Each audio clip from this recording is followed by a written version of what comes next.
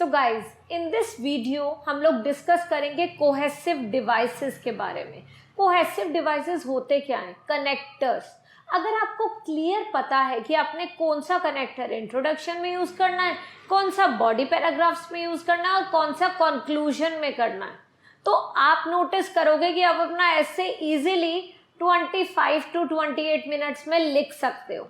But यही चीज अगर आपको क्लियर ही नहीं है, चलो ये वाला कर लेते हैं, नहीं ये ठीक नहीं लग रहा, आप चेंज कर लेते हैं कनेक्टर, कैसे लिख लोगे? सो एक मेजर थिंग जो राइटिंग मॉड्यूल में है वो है usages of connectors, finishing it on time. अगर टाइम पे फिनिश नहीं हुआ तो क्या फायदा, आपके पास कितने भी अच्छे आइडियाज हो वो किसी काम के नहीं है। So that you need to take care of. So here we are going to discuss कि इंट्रोडक्शन में कौन सा कनेक्टर यूज कर सकते हो एंड काम खत्म। बॉडी पैराग्राफ 1 में कौन से, बॉडी पैराग्राफ 2 में कौन से, कंक्लूजन में कौन से। सो एक ऐसी ही वीडियो मैंने अभी रिसेंटली शूट करी है, होपफुली आपको जल्दी मिल जाएगी, and that video is on conclusion writing. Conclusion writing में मैंने बताया है कि with the help of all दो कनेक्टर मैं कैसे इजीली कंक्लूजन को लिख सकती हूँ मेयरली 3 मिनट्स में। मैं लिखती हूँ, हो सकता है आपको 4 या 5 मिनट लगे, बट ठीक है, that is also fine. Okay, so now the first thing here is introduction. Introduction में सबसे best thing to use is however वाला कनेक्टर, या डिस्पाइट या वाइल, तीनों में से कोई भी कनेक्टर यूज कर सकते हो।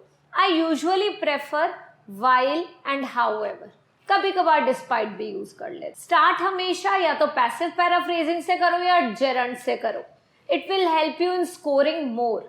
ठीक है, सो ये चीज आपको काफी ज्यादा हेल्प करेगी। Now the second thing here is, ये तो हो गया इंट्रोडक्शन, पैराफ्रेजिंग करी, हाउएवर यूज करा, जब हाउएवर यूज करा तो सेमीकोलन भी यूज हो जाएगा।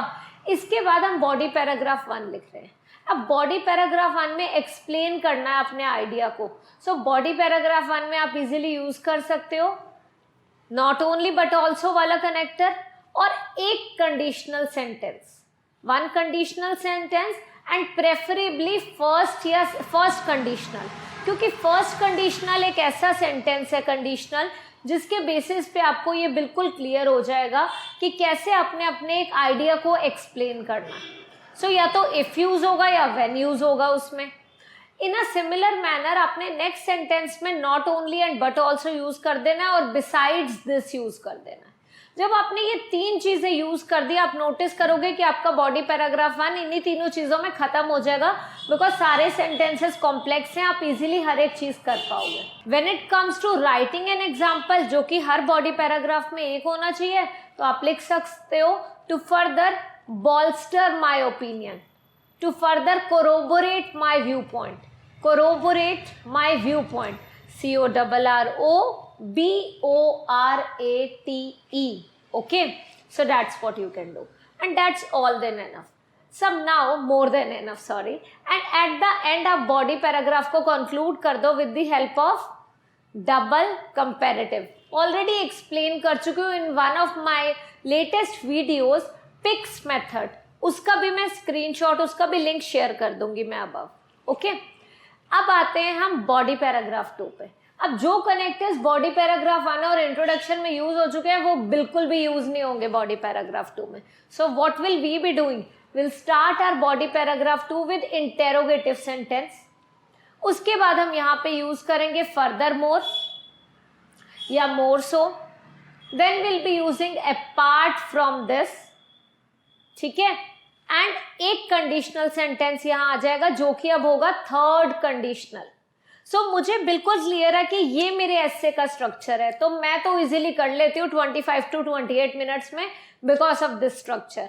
प्लानिंग मैं ऑलरेडी पहले करती हूँ 5 to 7 मिनट्स में, तो मुझे पता है कि आइडियाज क्या लिखने हैं, मुझे पता है कि कनेक्टर्स कौन से यूज करने हैं, तो इजीली हो जाता है सब कुछ मैनेज। सो अब सेकेंड बॉडी पैराग्राफ में थर्ड कंडीशनल यूज करा, अलॉन्ग विथ थर्ड कंडीशनल मैंने यूज करा फर्दर मोर या मोर सो। ठीक है, ये दोनों कनेक्टर मेरे हो गए।